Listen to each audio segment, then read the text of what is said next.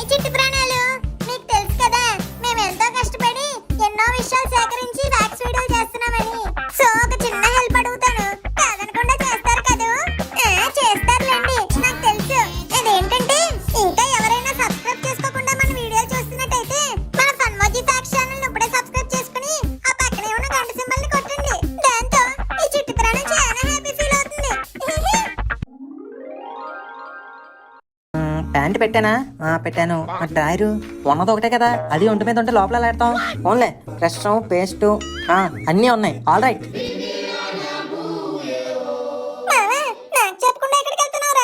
అమ్మని వచ్చాడు పాలు వాసన పసిగట్టిన పిల్లగా కరెక్ట్ గా టైంకి వచ్చారా? అబ్బే ఏం వెళ్ళట్లేదురా, జస్ట్ బ్యాగ్ బూసి పడితే దులుపుతున్నాను అంతే. శివాలయానికి. శివాలయానికి పూలు కొబ్బరికాయలు పట్టుకుని వెళ్ళాలి కానీ ఇలా బ్యాగులు పట్టుకెళ్ళడం ఎందుకు? నేను వెళ్తుంది మన వీధి చివరన శివాలయానికి కాదు, ఎల్లోరా కేవ్స్ లో ఉన్న ఒక మహాద్భుతమైన శివాలయానికి. ఏంటి అద్భుతం? ఆ గుండె ఎవరు కట్టారో అంటే షాక్ అయిపోతావు. అవునా, ఎవరు కట్టారు?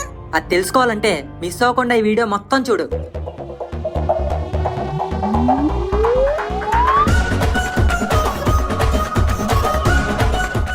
కైలాస టెంపుల్ మహారాష్ట్రలోని ఔరంగాబాద్ లో ఉన్న ఎల్లోరా కేవ్స్ లో ఉంది. దీని స్పెషాలిటీ ఏంటంటే ఇది ఒక రాక్ కట్టింగ్ కాన్సెప్ట్ తో కట్టబడిన గుడి. అంటే ఒక కొండని తొలిచి ఆలయాన్ని కట్టారనమాట. అంటే ఒక కొండనే కొట్టి కొట్టి గుడి చేశారా? అవును, సహ్యాద్రి శ్రేణిలో ఉన్న చరణాద్రి కొండల్లో ఒక కొండని పైనుంచి చెక్కుకుంటూ ఈ ఆలయాన్ని కట్టారు. దీన్నే కటింగ్ టెక్నిక్ అని అంటారు. అయినా కొండను అలా ఎలా చెక్కారా బాబు? అందుకేగా యునెస్కో వాళ్ళు ప్రపంచ వారసత్వ కట్టడంగా దీన్ని గుర్తించారు. వరల్డ్ లోనే ఇది బిగ్గెస్ట్ మొనోలిథిక్ స్ట్రక్చర్ ఉన్న అతి పెద్ద ఏకశిలా నిర్మాణం అని. ఈ ఆలయం అంతటా కూడా ఎక్కడా కూడా ఒక చిన్న రాయి ముక్క కూడా సపోర్ట్ గా ఉండదు. ఇంత బ్యూటిఫుల్ గా పర్ఫెక్ట్ గా కట్టారంటే కనీసం ఒక 100-200 సంవత్సరాలైనా పట్టుంటది కదా? కాదు, కేవలం 18 ఏళ్లలోనే దీని మొత్తాన్ని కట్టేశారంట. అందుకే చాలా మంది ఈ గుడిని ఏలియన్స్ కట్టారు అని అంటుంటారు. ఏలియన్సా? అవును, ఈ మాట కూడా కరెక్టే అని అనడానికి చాలా రీజన్స్ ఉన్నాయి. అవేంటంటే ఇప్పుడున్న ఇంజనీరింగ్ లెక్కల ప్రకారం ఈ గుడిని కట్టాలంటే సుమారు 4 లక్షల టన్నుల దాకా రాళ్ళని బయటకు తీయాలి. అయితే అన్ని రాళ్ళను తీసి ఎక్కడ వేసినట్టు? ఈ కేవ్స్ కి 50 కిలోమీటర్స్ రేడియస్ దాకా ఎక్కడా భారీ రాళ్లు కాదు కదా, కనీసం గులకరాళ్ళ ఆనవాళ్ళు కూడా లేవు. అయితే కొంతమంది మాత్రం లేదు, ఈ బ్లాక్ బాసల్ట్ రాళ్లతోనే మహారాష్ట్రలోని మాల్షిరాస్ లో ఉన్న భూలేశ్వర్ టెంపుల్ ని కట్టారు అని అంటుంటారు. సరే అని వాళ్ళ మాటలు నమ్మేద్దాం అనుకున్న లాజిక్ ప్రకారం చూస్తే ఈ కైలాస టెంపుల్ కి ఆ భూలేశ్వర్ టెంపుల్ కి ఉన్న దూరం 257 కిలోమీటర్లు. అన్ని కిలోమీటర్లు అన్ని లక్షల టన్నుల రాయల్ని ఎలా తరలించుంటారు? అలానే ఇక్కడ ఉన్న ఇంకో ఇంట్రెస్టింగ్ విషయం ఏంటంటే మొత్తం ఈ ఎల్లోరా కేవ్స్ లో ఉన్న అన్నింటిలో ఆకాశం నుంచి కనిపించే ఏకైక కట్టడం ఈ కైలాస టెంపుల్. మహామండపం మీద ఉన్న 4 సింహాల శిల్పాలు కూడా ఏలియన్స్ కి స్పేస్ నుంచి దారి చూపించడానికి పెట్టారు అని అంటుంటారు. ఈ శిల్పాలని జాగ్రత్తగా గమనిస్తే ఇవి రౌండ్ గా ఉన్నట్టుంటూ పైనుంచి చూడడానికి ఎక్స్ ఆకారంలో ఉంటాయి. ఈ స్పేస్ నుంచి ఏలియన్స్ ని పిలుస్తున్నట్టుగా ఒక సిగ్నల్ అని ఒక టాక్ ఉంది. పెద్ద ప్లేనే ఇది. కానీ మావా, నాకు డౌట్, అప్పట్లో మనుషులు చాలా బలంగా ఉండేవారంట కదా, వాళ్ళు ఎవరైనా ఇది కట్టుంటారేమో? ఆ లెక్క ప్రకారం చూస్తే 18 ఏళ్లలో 4 లక్షల టన్నుల రాయిని తీయాలంటే కనీసం సంవత్సరానికి ఒక 22,000 టన్నుల దాకా బయటకు లాగాలి. అంటే రోజుకి 60 టన్నులు, గంటకి 5 టన్నులు.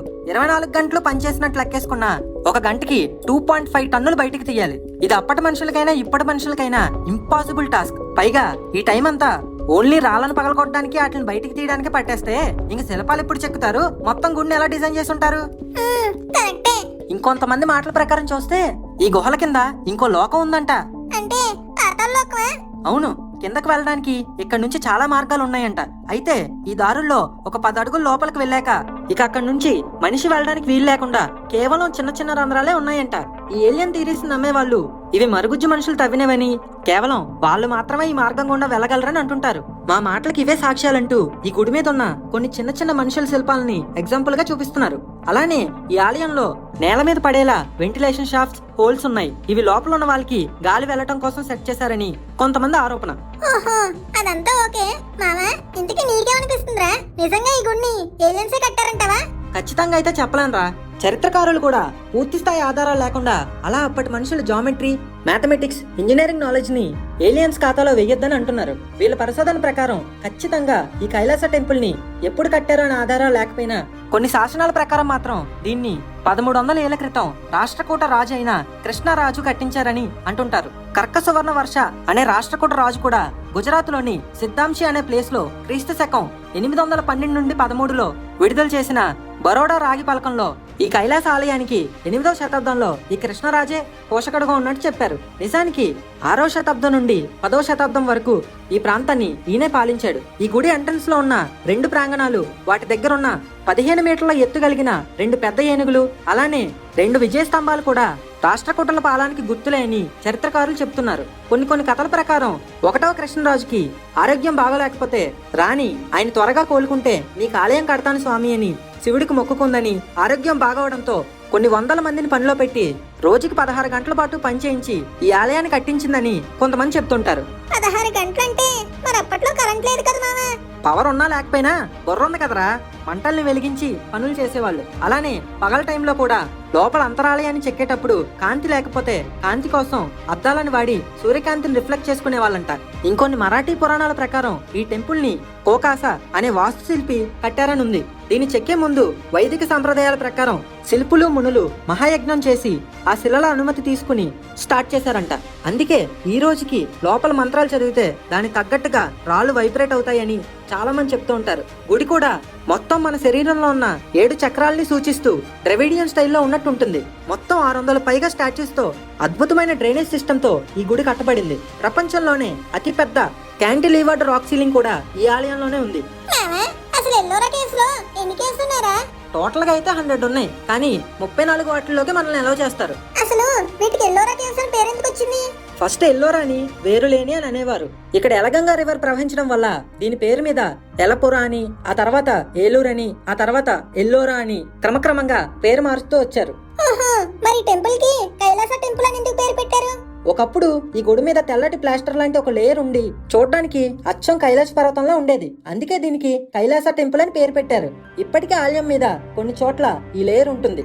మొఘల్ రాజు అయిన ఔరంగజేబ్ దీన్ని పడగొట్టమని 1682లో సుమారు 1000 మందిని పెట్టాడు. కానీ 3 సంవత్సరాలు వాళ్ళు కష్టపడినా పనవలేదు. అబ్బా, చాలా గ్రేట్ రా. నీకు ఇంకో సీక్రెట్ తెలుసా?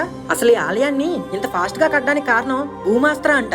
అంటే ఈ అస్త్రం ద్వారా కట్టడం వల్లే ఈ గుడి ఇంత ఫాస్ట్ గా అయిపోయిందంట. పైగా దీని డిజైన్ కూడా విశ్వకర్మ ఇచ్చారని చాలా మంది చెప్తూ ఉంటారు. ఇప్పుడు ఆ భూమాస్త్ర ఎక్కడుంది? ఈ గుడి అండర్ గ్రౌండ్ లోనే దాచారంట. దాన్ని దక్కించుకోవడం కోసం బ్రిటిష్ వాళ్ళు కూడా చాలా ట్రై చేశారంట, కానీ వాళ్ళకి అది దొరకలేదు. ఏదైనప్పటికీ మన భారతదేశం ఎన్నో వింతలకి, విశేషాలకి, గొప్ప కట్టడాలకి, గొప్ప మనుషులకి, రహస్యాలకి కేంద్రం అని మరొక్కసారి ఈ కైలాస టెంపుల్ ద్వారా తెలుస్తుంది. అవును మామ, ఇండియా ఇస్ గ్రేట్. ఇది ఫ్రెండ్స్ ఇవాళ వీడియో. మీకు గనక నచ్చినట్టయితే ఇప్పుడే ఒక లైక్ అండ్ షేర్ చేసి మన ఫన్మోజీ ఫ్యాక్స్ ఛానల్ ని సబ్స్క్రైబ్ చేసుకోండి. అలాగే ఈ గుడి కట్టడం పైన మీ ఒపీనియన్ ఏంటో కింద కామెంట్ లో మాకు తెలియజేయండి.